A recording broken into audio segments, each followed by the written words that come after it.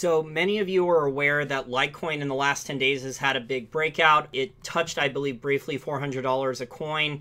It's been correcting a little bit. I think it's down to around $305 right now, and its market cap is around 16 billion.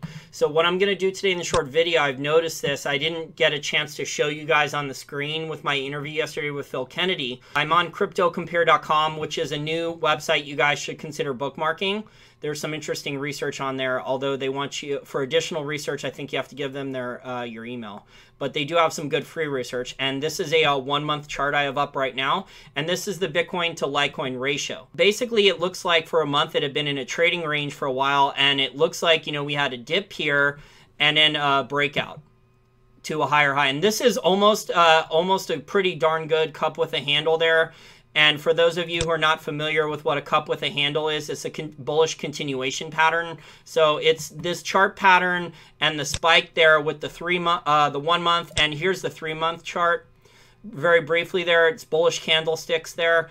You know, there's the bottom cup, and then there's the move up. So yeah, we're having a correction, but Litecoin is starting to gain some ground against Bitcoin. So we could have a further continuation here of Litecoin continuing to gain more ground against Bitcoin. What do you in the near future? So we could have, you know, Litecoin in the near future go to $500 or $600. What do you guys think about this in a very short amount of time? I think part of this is because Litecoin is starting to make up some ground on the payments part for regular Bitcoin. Obviously, there's Bitcoin Cash and other altcoins and other cryptocurrencies trying to compete with Litecoin to take away market share in the payments part. Charlie Lee, who's the founder of Litecoin, also recently announced that he's going to be spending big marketing dollars to promote Litecoin more as a better payment processor compared to regular Bitcoin. I think Litecoin is only about 15 cents right now per transaction, and I think you can send your coins a lot faster and get them confirmed than with regular Bitcoin right now. Some additional things with technical analysis that I wanted to mention. So many of my listeners, when I've talked about technical analysis in past short videos with cryptocurrency, have said that, you know, in this type of bubble or mania market, technical analysis does not really apply to the cryptocurrencies. I would disagree with that now, and let me tell you why. A lot of my contacts in the financial industry, as you guys know, I'm pretty well connected now that I've worked around 10 years in the financial industry. I've interviewed many different types of people all over the industry. I've spoken with many different types of people all over the industry, and I know for a fact that there's a lot of Wall Street financial professionals all over the United States, all over the world, and hedge fund people who are trading in cryptocurrencies with their own money now. So as more and more professionals come into these types of markets, and yes, there's a lot of retail people in the markets. The bull market actually started in retail. There's actually this really great article. I'm going to attach a link to it. It came out today, I believe, in the Wall Street Journal. It's talking about how the majority of trading volume in cryptocurrency is still in Asia. It's around 80% according to their estimates. So China, South Korea, Japan, Vietnam, enormous demand for cryptocurrency trading in Asia. There's, you know, people quitting their jobs doing it. There's people, you know, doing it at work. There's people doing it, trading cryptos before work, people trading cryptos after work. So I'll attach this article for you guys. But anyways, back to technical analysis. As more and more professionals, more money managers, more people with financial experience come into the market, you know, technical analysis tends to become a self-fulfilling prophecy. And one thing human beings are good at, many human beings, not every human being, but many human beings are good at, is pattern recognition.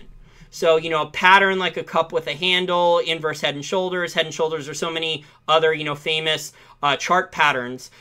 Human beings who have financial market experience, such as myself, will notice these patterns. So it becomes a self-fulfilling prophecy as more and more financial professionals come into these markets and start trading them. And like I said, I know for a fact that there's a lot of hedge fund managers coming into these markets and other financial professionals and people on Wall Street who are trading cryptos with their own money, trying to get rich quick, trying to take advantage of the trend. Maybe an enormous amount of institutional money, you know, money that they would manage for clients is not necessarily coming into the space yet, but financial professionals are putting their own money in and trading it for fun. And so what's your opinion? Here's a long-term chart. on the Bitcoin to Litecoin ratio on CoinMarketCap. Everyone knows about CoinMarketCap. The other website I wanted to share again is Crypto Compare. You can bookmark that one. This is a long-term chart of the Bitcoin to Litecoin ratio.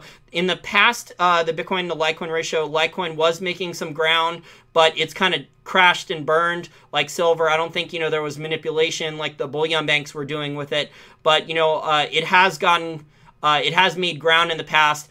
And, then it crashed. There was a spike and down. So Litecoin was essentially, not gaining much ground for a very long time, for years, basically, against Bitcoin. For almost, it looks like here, almost 3.5 years. It had not been gaining much ground. It was in kind of a bear market against Bitcoin. Bitcoin was the main name most people wanted. There was brief spikes, and it was right back down, stuck in bearish trading ranges.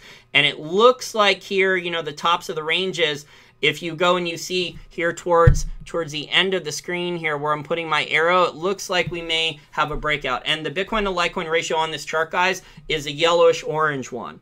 So that's the Litecoin price priced in Bitcoin. So we may, and there's a big volume spike here too. Check the volume here in the ground. So the volume, as Bitcoin has been having its move, the volume on Litecoin looks to be increasing now too, quite a lot. This is probably what Phil and I were, some of it probably is what Phil and I were discussing yesterday, besides, just how Litecoin has a legit shot to take some market share from Bitcoin in the payments arena. There are people going to Coinbase who are seeing there's only a couple options on Coinbase, and they see the Bitcoin price, the Ethereum price, and the Litecoin price, and they say, well, I don't have $16,000 or more for Bitcoin. I don't really feel like, buying a couple coins with Ethereum, and I'm going to try to get rich quick with Litecoin. So I think there's a big chunk of that has affected the Litecoin price. But this Litecoin ratio here with the chart is definitely predicting somewhat of a breakout. So what do you guys think about all this? Do you think then that the Litecoin is going to be gaining even more significant ground? What are your opinions on this? And when do you think we'll see $1,000 per coin Litecoin or higher Litecoin? How soon do you think that is? Is it going to be in a year? Is it going to be less than a year? Is it going to be 2 years? Do you think we're going to have a continued correction in Litecoin? What are your guys' opinions on this? I've also reached out to Charlie Lee. I emailed the Litecoin Foundation. And I also hit up Charlie Lee on Twitter. I'm trying to get him on to talk more about it. Trying to get him on to ask him how much money he's going to spend marketing Litecoin. Trying to get him to ask him transparency questions. How much Litecoin has he sold? Does he plan on selling any stuff like that? Because these things aren't regulated, so we don't know when the founders or majority stakeholders in these coins are actually going to start dumping them, or if they've already dumped them. I have a really interesting guest coming up tomorrow.